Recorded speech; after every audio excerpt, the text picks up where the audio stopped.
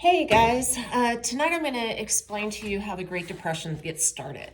So, the first thing that you need to remember is the 1920s are a relatively prosperous time after around 1922. And you have a stock market that is growing very steadily, very rapidly, showing a lot of prosperity in the country.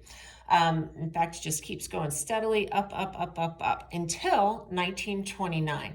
In September of 1929, the stock market starts to come down a little bit. And then all of a sudden in October, on a day that we remember as Black Thursday, there is a crash of epic proportions. I mean, we are talking like a YouTube crash with cars flipping all over each other and explosions and ambulances and sirens and like the stock car crash that is on instant replay for the next week on any cable news show, right? It's that kind of stock market crash.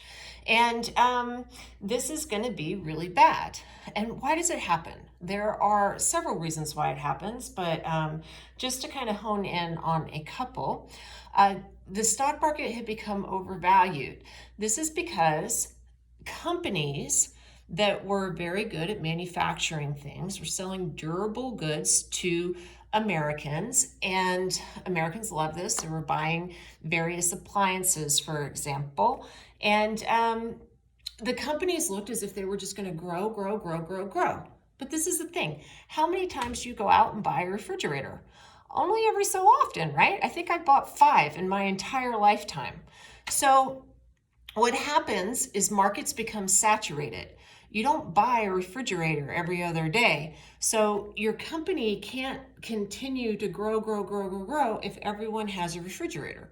So you can't base a stock on an evaluation that has something to do with growth that doesn't exist, if that makes sense. So you have to have a stock market correction. Another thing that happened is there was a big bubble that kind of was created in the stock market because people were buying on margin. And what does that mean? They were engaged in speculation on stocks because, it was kind of a little bit like gambling, to be fair. And in fact, all Americans kind of got in on this. They weren't all invested in the stock market. In fact, very few of them were, but they all kind of watched the stocks and sort of rooted for various things, kind of like you watch the horses, or maybe you get involved in fantasy basketball, if there was a March Madness still. So what some people would do is they wouldn't have a lot of extra cash, but they wanted to get in the stock market. So say they saw a dollar stock for a company that was really hot and they had a dime. They'd put down the dime and they'd owe 90 cents on the stock. And what the idea is that the stock would go up because they pick a good stock and say it would be worth $2 in a month. Then what they would do is they would sell the stock, they would pocket the dollar in profit, and they would pay off the 90 cents that they owed. And then everyone would be happy. Yay! Well, the problem is if the stock goes down to, say, being worth a penny, and you still owe 90 cents, you still got to pay the 90 cents. Okay? So if the stock crashes, you're going to be in all kinds of hurt.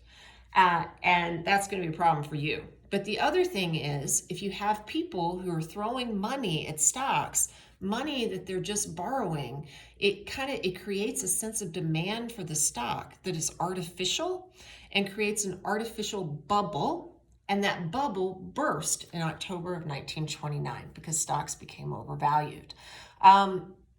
So these things in the stock market are kind of symptoms of just, some economic issues at large. Now, I want you to understand this. This is extremely important. The crash of the stock market is not the cause of the Great Depression. There is a history of stock market crashes in the United States that is buried in deep. For example, there was a 1914 stock market crash before 1929 that did not lead to the Great Depression. There was a horrific stock market crash in the late 80s when I was closer to your age. I have never stood in a soup kitchen line. This stock market crash is going to be horrible, but it's just going to be a marker for us to look back in history and say, yeah, that's when everything went bad. So what caused the Great Depression? It's not the stock market crash, though that is a factor. I mean, they're factors in the economy. You need other things. And another thing was an unstable agricultural sector. Now, what am I talking about here? You remember farmers have been poor as dirt forever? Well, the farmers at some point have a golden era. When was their golden era? Ironically, it was when World War I had broken out. Because you see, in Europe, the only thing that they were planting in the fields were young, dead men. And so, where are you going to get your food? You're going to get it from the United States. Our farmers ended up supplying all of the world with all kinds of things that they needed, just as our factories were having like boomtown going with almost no unemployment. So farmers had such a heyday that they borrow capital, they expand their land. The government even paid them to overproduce so that we would have a surplus in a time of war. Well, the war ends. The factories can adjust to not having as much demand for manufactured goods. They just shut down the factories and they fire the workers. The farmers can't adjust that quickly, right? It doesn't matter if you walk out in your field and you look at your corn stalks and you say, hey, corn, stop growing. They're going to keep growing. That's your product, is your produce. So what ends up happening is the Europeans start producing their own food again, and then the farmers at home are producing their food, and then you're going to have a whole bunch of crops. And then what does that mean? You have an oversupply, which means things are not worth as much, right? And so this is really going to be horrible for the poor farmer. And it's one of these times in history that I kind of look at and I feel a lot of sympathy for these people. And why is that? I'm going to tell you guys straight out. If you haven't noticed, I'm pretty pro-capitalism, right? I mean, if this is news to you, I like capitalism. I think it's kind of good. Adam Smith, huzzah. But this does not mean that capitalism is perfect, and it is not always kind. And there are times when you just kind of want to reach out and say, that's such a bad place to be in. And that was the case with the 1920s farmers.